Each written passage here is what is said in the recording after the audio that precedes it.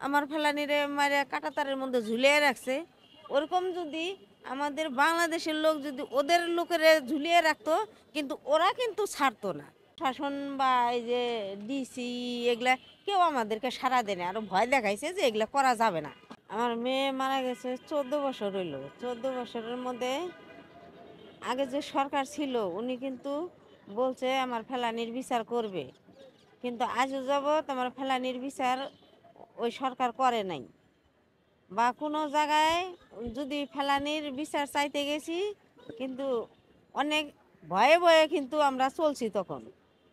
কিন্তু এখন আমাদের এই যে নতুন সরকার একটা হয়েছে, ওনার কাছে আমাদের দাবি যে আমার ফেলানির বিচারটা যেহেতু ওই সরকার করতে পারে নাই, কিন্তু এই সরকারের কাছে আমার দাবি আমার ফেলানির বিচারটা যদি হয়, তাহলে কাঁটাতারের বেড়ার মধ্যে আর কোনো মার সন্তান এরকম হারাবে না।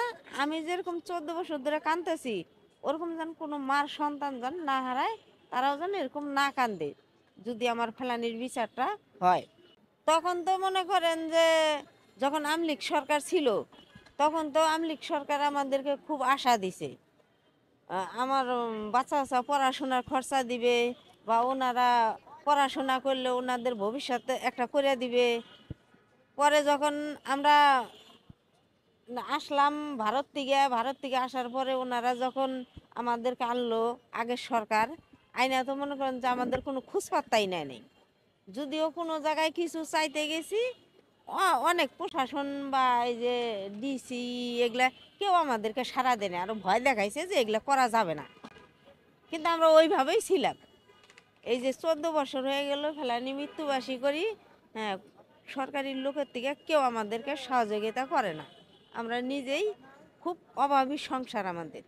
তবুও আমার মেয়ে মারা গেছে 7 জানুয়ারি, আমি 7 জানুয়ারি মিলাদ মাহফিল করি।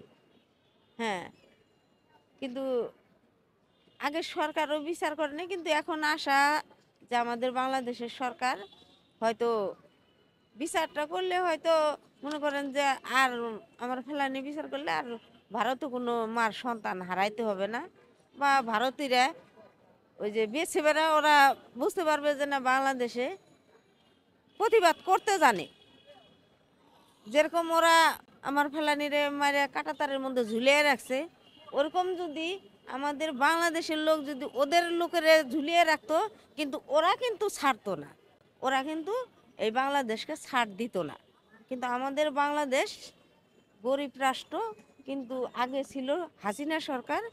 উনি তো মনে করেন যে ভারতেরই সব কিছু, ওনাকে যেভাবে রাখছে উনি সেইভাবেই থাকছে।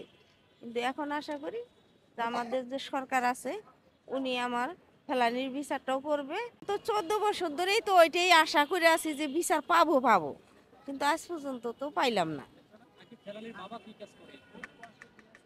এখন ফেলানির বাবা নাকারগঞ্জে একটা ছোট মুদির দোকান আছে, ওইটা দিয়েই আমার বাচ্চা কাচ্চা আর কি দুঃখে কষ্টে আমরা পড়াশোনা করাইতেছি বাচ্চা কাচ্চা। আপনার ফ্যামিলিতে কে কে আছে? আমার ফ্যামিলিতে 3 ছেলে 2 মেয়ে, আর আমরা 2 জন।